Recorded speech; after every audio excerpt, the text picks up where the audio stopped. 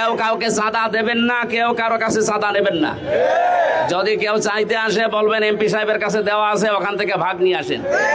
আমি তো বলেছি এখানকার সরকারি, আমি আপনাদেরকে সাবধান করছি, এই কুষ্টিয়াতে কোনো সন্ত্রাসী কর্মকাণ্ড চলতে দেওয়া হবে না ইনশাআল্লাহ। এখান থেকে আজকে কয়েকটা বিষয় জানিয়ে দেই।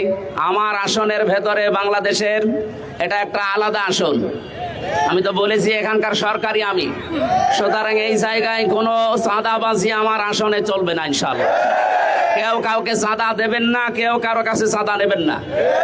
যদি কেউ চাইতে আসে বলবেন এমপি সাহেবের কাছে দেওয়া আছে, ওখান থেকে ভাগ নিয়ে আসেন। কার বাবার বুকের কলিজা এত বড় হয়েছে আমি দেখবো ইনশাআল্লাহ।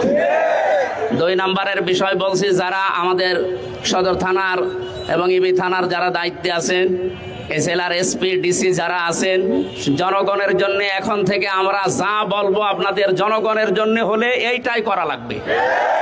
এর বিপরীত যদি কোনো কিছু আমি দেখি বা আমরা দেখি, আপনাদেরকে কিন্তু এই জেলায় আমরা আর থাকতে দেবো না। কারণ এই জেলা আমাদের জেলা, আমাদের প্রাণপ্রিয় জেলা। এই জেলাকে আমরা যেভাবে সুন্দর এবং স্বচ্ছভাবে গড়তে চাই, আপনাদের সাহায্য নিয়ে আমরা আশা করব আপনারা সাহায্য করবেন।